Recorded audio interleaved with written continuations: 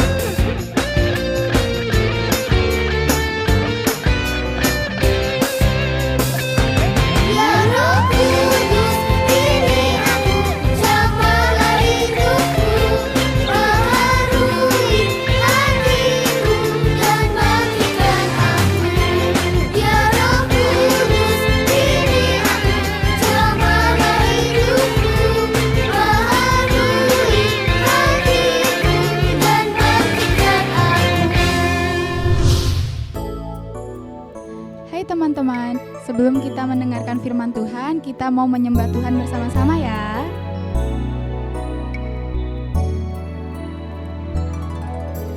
Ku buka hatiku untuk firman-Mu, ku ingin menjadi seperti Yesus.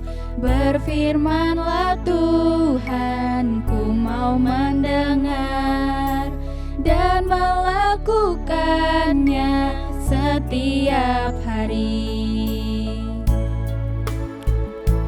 Roh Kudus yang manis, tolong aku menuruti firman Tuhan. Roh Kudus yang manis, jadikanku anak Tuhan yang manis.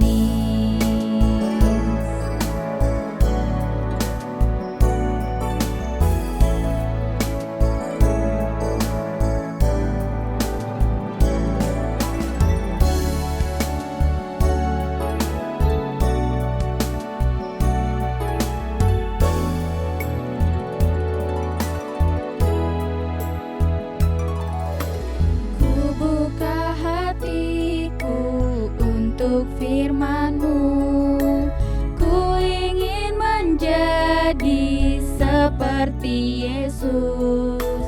Berfirmanlah Tuhan,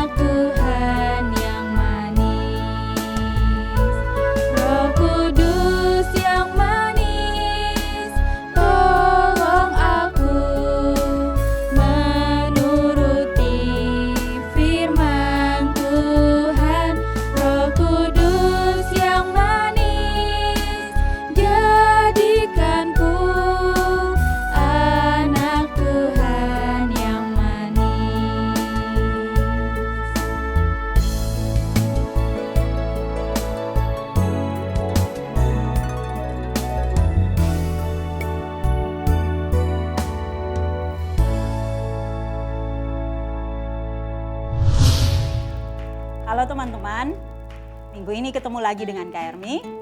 Kita akan belajar tentang satu peristiwa yang sangat penting di dalam firman Tuhan, yaitu peristiwa Pentakosta. Terdapat di dalam Kisah Para Rasul pasal yang kedua, ayat yang pertama sampai ayat yang ke-13. Minggu yang lalu, kalian sudah mendengarkan firman Tuhan tentang kenaikan Tuhan Yesus ke surga. Sebelum Tuhan Yesus naik ke surga, Tuhan Yesus berpesan kepada murid-muridnya untuk mereka tidak meninggalkan Yerusalem sampai janji Bapa digenapi dalam hidup mereka. Nah, murid-murid tidak tahu apa itu, apa maksudnya Tuhan Yesus dengan janji Bapa. Tetapi mereka taat kepada Tuhan Yesus, mereka berdoa setiap hari, mereka menantikan janji Bapa yang Tuhan Yesus katakan. Dan akhirnya terjadilah.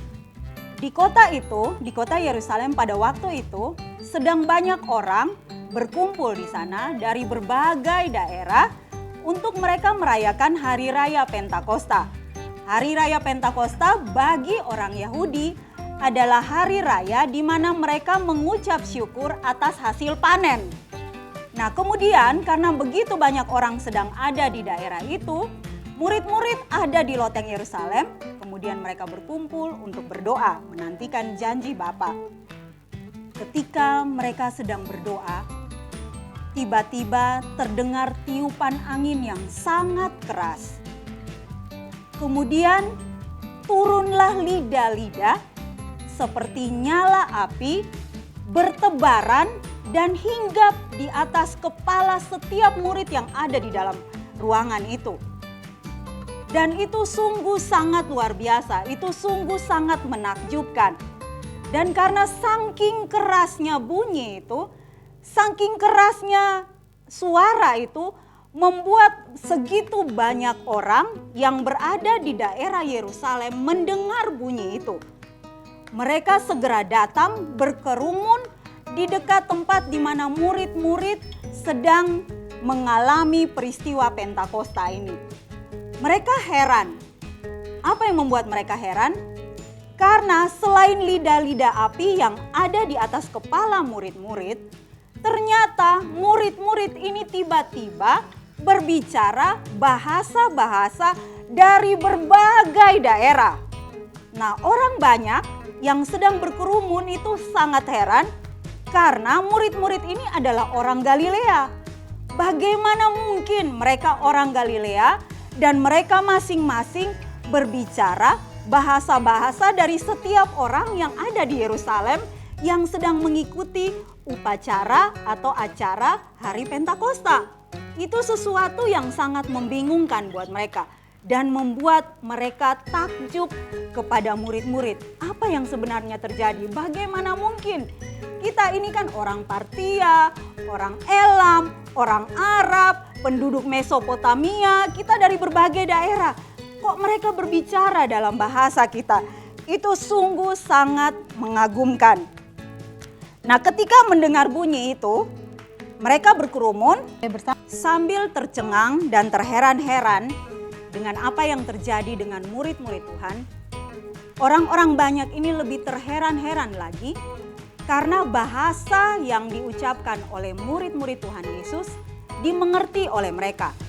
Dan mereka dari berbagai daerah mendengarkan arti dari apa yang murid-murid ucapkan dalam bahasa mereka. Yang berarti perbuatan besar yang dilakukan oleh Allah. Mereka sangat takjub kepada apa yang Tuhan kerjakan. Dan mereka bertanya, apa artinya semua ini? Mereka tidak menemukan arti dari semuanya itu, tapi mereka ada juga yang bingung, mereka bertanya-tanya, ada juga yang berpikir bahwa murid-murid itu mabuk oleh anggur manis. Segala hal terjadi, tapi sungguh saat itu peristiwa Pentakosta, Roh Kudus dicurahkan kepada murid-muridnya. Nah teman-teman, apa yang kita belajar hari ini tentang peristiwa Pentakosta masih terjadi sampai hari ini.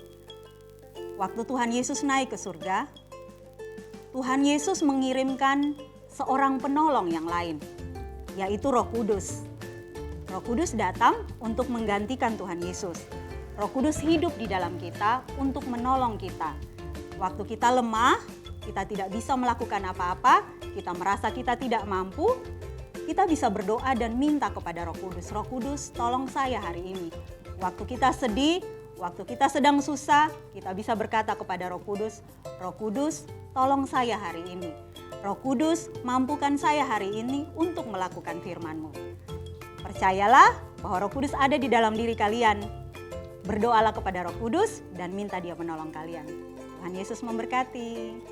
Ayat hafalan kita minggu ini terdapat di dalam Kisah Para Rasul, pasal yang pertama, ayat yang ke-8. Tetapi kamu akan menerima kuasa kalau Roh Kudus turun ke atas kamu, dan kamu akan menjadi saksiku di Yerusalem dan di seluruh Yudea dan Samaria dan sampai ke ujung bumi. Sekali lagi ya, Kisah Para Rasul 1 ayat yang ke-8.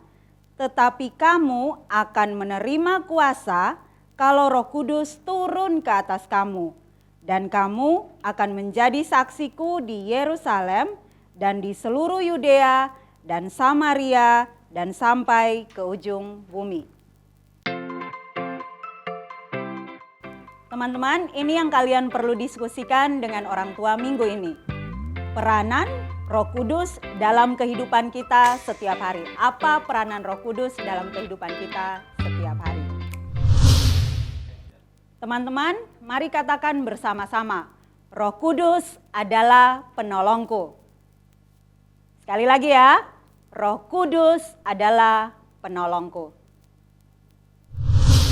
Teman-teman, minggu ini yang perlu kita lakukan adalah kita berdoa kepada Tuhan, minta agar Tuhan Yesus mencurahkan Roh Kudus-Nya atas kita semua.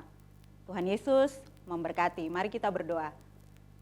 Tuhan, terima kasih buat hari ini.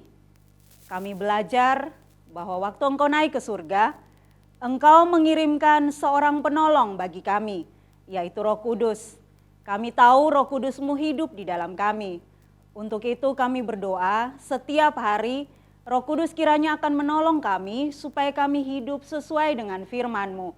Kalau ada hal-hal yang kami lakukan yang salah, kami berdoa agar Roh Kudus menolong kami supaya kami mengakui kesalahan kami dan kami berubah. Kami berdoa agar kalau ada masalah di dalam hidup kami, kiranya Roh Kudus akan menolong kami supaya kami berkemenangan setiap hari. Terima kasih Tuhan Yesus, dalam nama-Mu kami berdoa. Haleluya. Amin. Sampai ketemu lagi, Tuhan Yesus memberkati.